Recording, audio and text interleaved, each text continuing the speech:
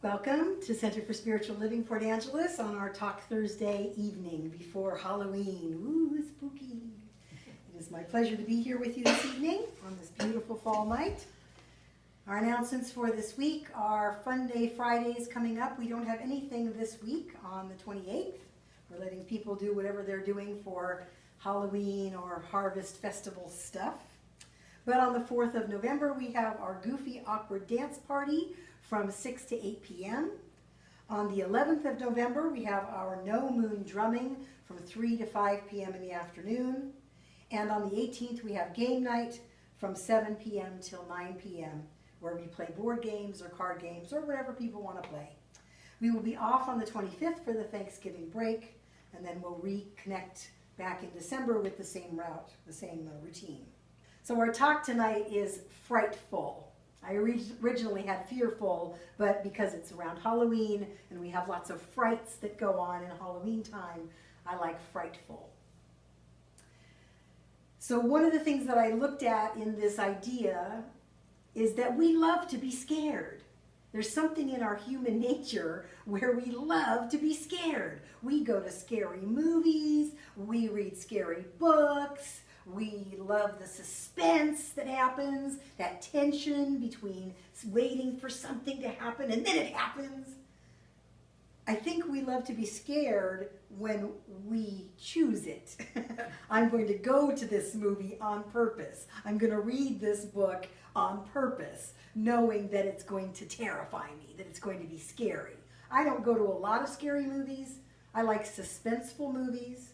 But there's something in our nature where we like to be scared. I mean, look at all of the haunted houses that are all across the country at this time of year, where people purposely pay a lot of money to go in and be terrified, to be frightened. So when we choose it, we like it. There's something, the adrenaline rush or something about it. My mom and I this last year willfully and purposefully jumped out of a very good airplane. We paid money to jump out of a perfectly good airplane, to be terrified. We chose that. So I think there's a part of us that likes to be scared, but we don't like to be afraid. I think there's a subtle difference there. Being afraid is when we haven't chosen it and we feel this feeling.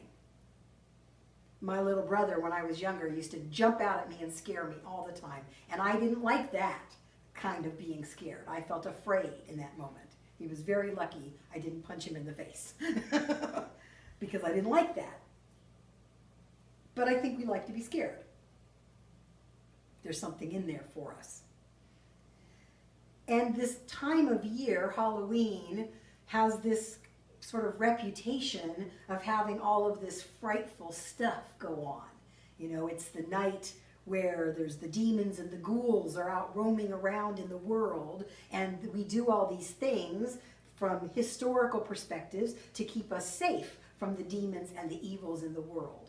I did some study and research this week on Halloween and what it means, and it was fascinating. There were sites that were Christian that said, we definitely don't do Halloween because of all these reasons. And yet, Halloween comes from All Saints' Day. All Hallows' Eve is the night before All Saints' Day, and it begins a 3-day observance of what they call All Hallowtide, which is the time in the liturgical year, the Catholic calendar, the Christian calendar, for remembering the dead. It's an extremely Christian holiday. So there were other sites that said, here's where it's come from in the Catholic Christian tradition. It's this time for remembering the dead, including saints, which are hallows. Those are the saints, are called hallows, martyrs, and the faithful departed. It's a time to remember our faithful dead. That's what Halloween is about. And the reason that we put on costumes and Bob for Apples all have these roots, and the reason we pass out candy, all of them have these roots in this particular time, and it also comes from the Celtic. And I never pronounce this correctly. Samhain, that's how it's spelled, but I don't think that's how you pronounce it. Celtic is a little different, so forgive me for my mispronunciation. But that particular time of year in the Celtic pagan tradition is all about closing out the season of light, summertime, and preparing for the darkness of winter.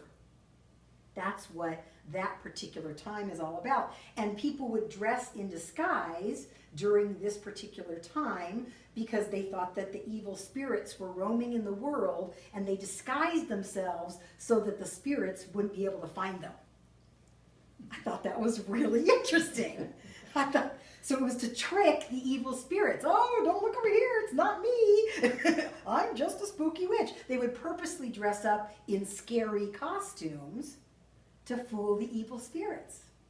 And they would pass out candy and treats to lure the evil spirits. They would actually leave them on their doorstep. Again, this comes from this deep historical root. We've transformed it into this big commercial holiday, but it comes from this idea of protecting ourselves from evil, but more than that, stepping out of this period of light and preparing for the coming darkness. Not darkness as in evil, but the way that our seasons go in the northern hemisphere. It is clearly much darker now than it was a couple of months ago when it was light up here until 10 o'clock at night. And the darkness, as we know from being on this particular piece of property, is very dark. So if we didn't have electricity or candles, I wouldn't want to go roaming around into the woods. It's dark out there, and who knows what lurks out there. They really honor in this tradition of both Halloween and Samhain and the Dios de los Muertos in Mexico, which is very Catholic tradition, which is the Day of the Dead, a deep honoring of our departed, that we really honor those that have gone before us. In Mexico and other places that celebrate Dia de los Muertos, they go to the cemetery and they bring flowers and a picnic, and they picnic on graves of their beloved ones to say, hi, we're here, and they catch them up with all the news of the day. It's a wonderful family event for honoring those ancestors. They talk about the idea that death is no barrier to love, and that every ending brings a new beginning. I like this idea a lot. I think when we talk about fear, this time of year brings up more of our fears because we're starting to move into the holidays. And they are rife with so much potential for angst and upset and fear because a lot of people have challenges with family members or finances, and there's all this expectation around what the holidays are supposed to be and look like, and that can bring up a lot of fear. But everyday life is filled with stuff that can have us be fearful. I'm looking for the right housing. I'm looking for my job. I'm looking for a mate. I'm looking for financial security. I'm looking for whatever it is. And if I don't get it, I feel a little angst or fearfulness. I did some study this week about how can fear help us. How can fear, if it's here, if it's part of what we are as humans, is this sense of fearfulness. You know, there's very few people that I ever can imagine walk around with zero fear about anything. It's just a little voice in our head. And it can help us if we are willing to look at it. The more we try to avoid it, the bigger it gets. The boogeyman becomes very large. But if we can face it and really look at it, it can be our greatest teacher. So some of the research, there's a lot of information on how fear helps us. They talk about evolutionarily, if we are fearless, we're probably going to get eaten by the lion because we're going to go blithely wandering around in the savannah, and the fearful person is looking around like, oh, look out for the lion, and they might actually catch, somebody said 99 times out of 100 they might be wrong. there's no lion there. But that one time, they're probably not going to get eaten. But the person who has no fear, blithely wandering around, they're going to get eaten for sure. So their line is going to die out. So fear is part of what has helped us as human beings to evolve, becoming aware of potential possibilities that might harm us. So fear, in all of this research that I did this week, can be a positive force. It can be a sign that you're doing something important to you when we feel that little bit of fear. It can be a sign that something that we're doing is really important to us. And so the fear might be, well, if it doesn't work, because this is important to me, well, then what? It can also indicate you're learning something very new. I vividly remember when my husband and I were taking tango classes. Tango classes. There's not a lot threatening in a tango class, right? But I remember feeling really uneasy because it was very new. Partner dancing was new. I didn't get to be in charge. I didn't like that. I had to let somebody else be in charge. And it was very new, and I felt clumsy, and I felt inadequate. And it was important to me, so I kept pushing through my discomfort. It can confirm, fear can confirm that you are outside of your comfort zone. And something I have learned for myself is that when I'm really deep in my comfort zone, comfort equals safety, which equals no movement, no growth. When I am too comfortable, I don't grow. I don't stretch, and I don't reach out beyond what I currently know. So, fear in that sense is good. Oh, I'm way out of my comfort zone now. It can give us creative energy and ideas. Fear is a great motivator for that. It can cause us to act, whether it's fight, flight, or flee, or faint, but there's action there. Fear can, I'm afraid it's going to always be this way. Well, maybe I'm going to do something about it finally. So it causes us to act. It's also a precursor to possibility. I love that idea. And it can build confidence. When we push through something that makes us afraid and we come out on the other side, we begin to grow in confidence. Henry Ford says, one of the greatest discoveries a man makes, a person makes, one of his great surprises is to find out he can do what he was afraid he couldn't do. When we find out we can do what we thought we couldn't do, we've pushed through a layer of fear. We become more confident. And every time we do that, we build and grow in confidence. Every single time. This beautiful quote from Krishnamurti that Reverend Clancy read early. What is needed, rather than running away or controlling or suppressing or any other resistance to fear, is understanding fear. That means watch it, learn about it, come directly into contact with it. We are to learn about fear, not how to escape from it. I like that idea. We are to learn from it. One of the little pieces that I looked at this week said there's like a little dialogue we can have when we are going to face our fear, when we're willing finally to get in front of it and allow it to hit us full on. The first thing we might say is, this thing freaks me out. This thing freaks me out. And then the next thing we can say is, face it. If this thing freaks me out, we're going to face it. The brain then says, well, what should I do? What should I do about this? And then we can weigh our actions and then choose or respond and have a course of action. In this particular article, it said, say to the fear, I see you, now let's move forward. I see you, now let's move forward. I recognize I have fear here. I recognize that this is apparently in my way. and I hear you, here's a bunch of bad things that might possibly happen, and we're going to move forward anyway.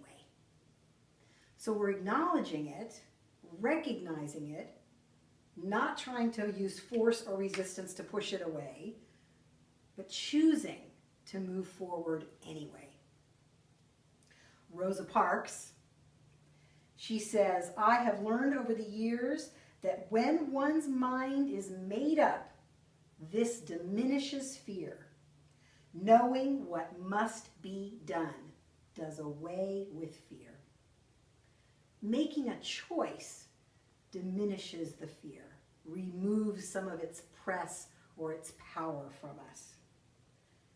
One of the articles said, love your fear. It really wants our best, however irrational it seems at times. Our fear is trying to protect us. It thinks it knows what we need to do to stay safe. Stay in the cave. Don't go out there. There's monsters. Don't stretch. Don't push yourself. We can say, yes, I hear you, and we're going to do this anyway. I came across this little bit, which just was fascinating to me. It says the word ecstasy is derived in part from the Latin word ecstasis, for terror. For terror. Ecstasy is total involvement, enraptured, terrified, or totally involved with something. So that's one reason that explains why we love these scary movies and these scary books and all this stuff that scares us. It gives us a form of ecstasy, total involvement with something, even if we're terrified. I thought that was really interesting, that this sense of ecstasy contains within it this terror. When we speak about God and our relationship to it, when people have had what they would call, what do they call it?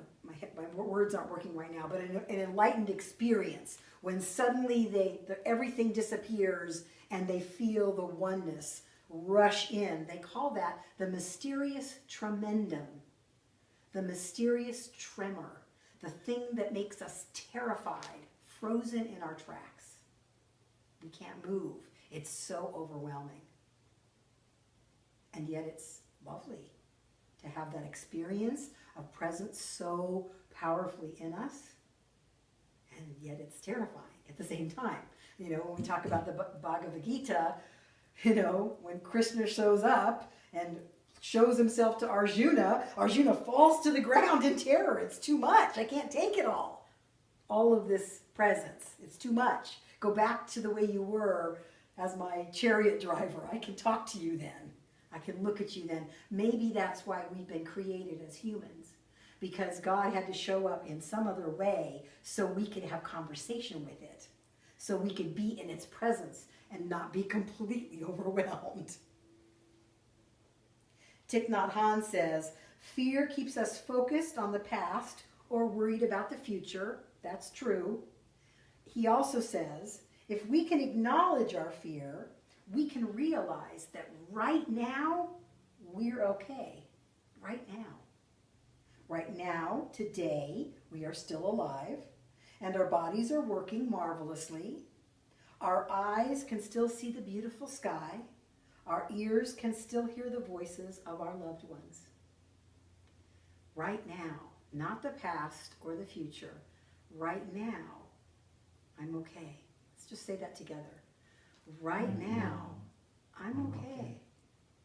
Right now, I'm okay.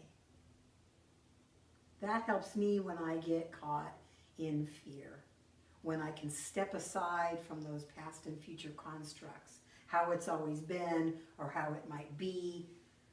Right now, I'm okay. In this moment, all is well. A little ditty that my mom sings. Some of our biggest fears are death, public speaking, and I think separation. I think this sense of separation from ourself, our sense of separation from others, and our sense of separation from spirit is one of our biggest fears. I know that when I'm having a challenge with someone, the idea that I will be separated from them by this challenge is very upsetting to me, very terrifying for me. Brings up fright and fear that this challenge we're having could create such a rift between us. And so I do everything I can to clean those up quickly because I don't like that feeling of separation from me and those I love. I'm going to invite us into our closing prayer tonight. Before I do our prayers, I just want to go back to some of the things that fear can do for us. To remember that fear may be an indicator that you're doing something new, something unfamiliar and important to you. That it can give you creative ideas and energy. And it can build confidence. The more we're willing to push through each time fear comes up and say, yes, I see you, yes, I hear you, and we're doing this now. We're going forward now. That every single time, like building a muscle, we begin to have more facility with that. So that's my invitation this week. Notice when the fear comes up.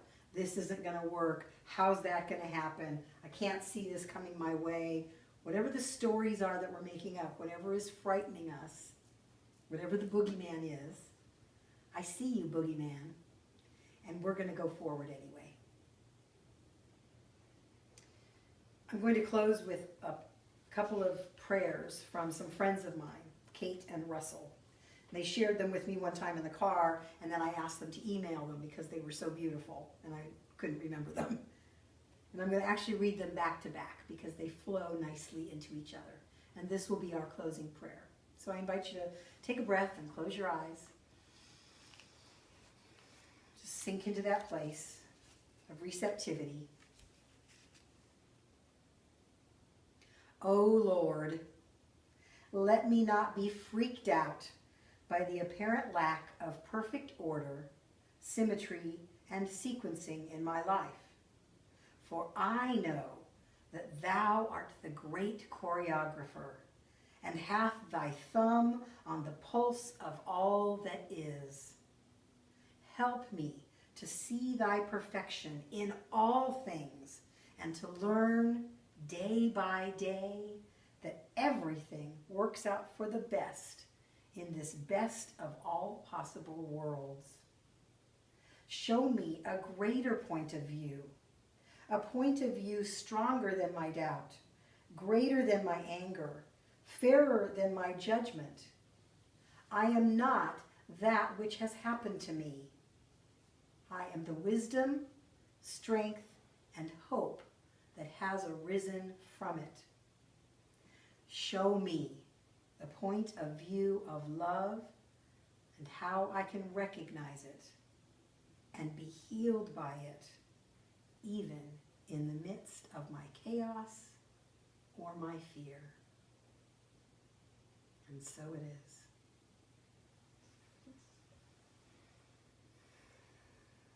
I think even just the first line of that poem, "Oh Lord, let me not be freaked out." That's a nice little brief affirmative thing we can say.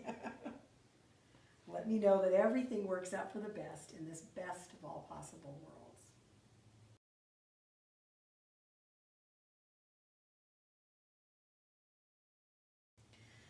So this is our time for conscious giving. This is a center that practices the give and the flow, the give and the take, the receiving and the blessing of all that comes in. This month we are giving to Captain Joseph's house as our community tithe. And, actually we're giving to something else. We're giving to a man named Timothy Mason this month. And next month we're giving to Captain Joseph's house. So we've got some tithes to share. We're going to give to our pumpkin this week, our sacred pumpkin. So we have a prayer that we say when we do our conscious giving. It's in our program.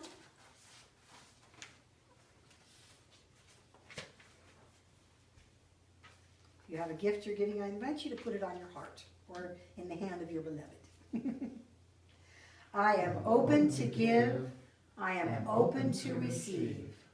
I am grateful to be in the flow of life through and as me. So it is.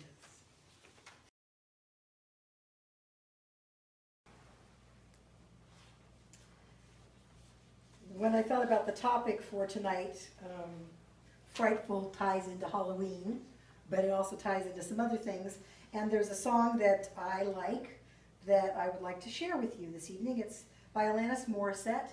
She wrote this song after a very pivotal journey that she took to India, and she became aware that she got to say thank you to everything in her life. And so that's the name of this song, is Thank You, and I'm going to share that with you tonight.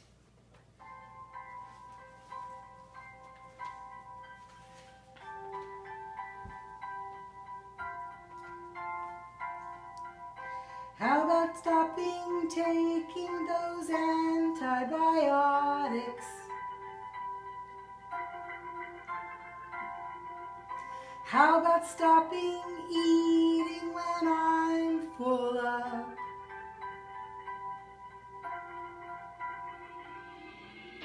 How about them transparent negative topics? How about chasing that ever-elusive kudo? Thank you, spirit. Thank you, terror. Thank you, disillusionment. Thank you, frailty. Thank you, consequence. Thank you, silence. How about me not blaming you for everything?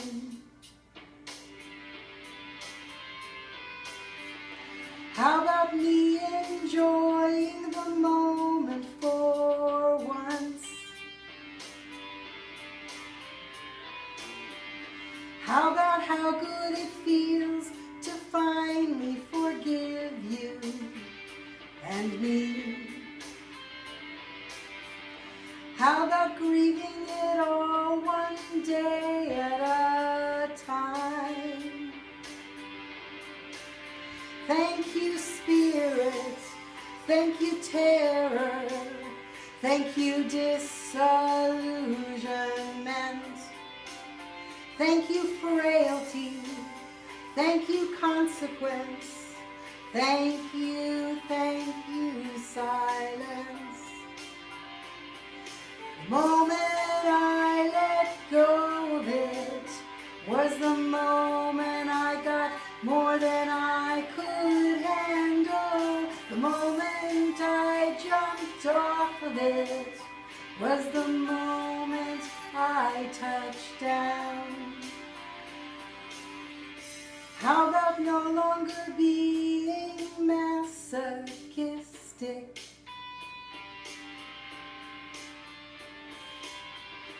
How about remembering our divinity?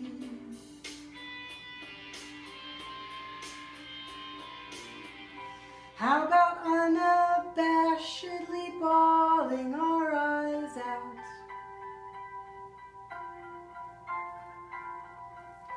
How about not equating death with stopping? Thank you, spirit. Thank you, providence. Thank you, disillusionment. Thank you, nothingness. Thank you, clarity. Thank you, silence. Thank you, silence. Thank you, silence. I invite you to sing with me. Thank you, silence. Thank you,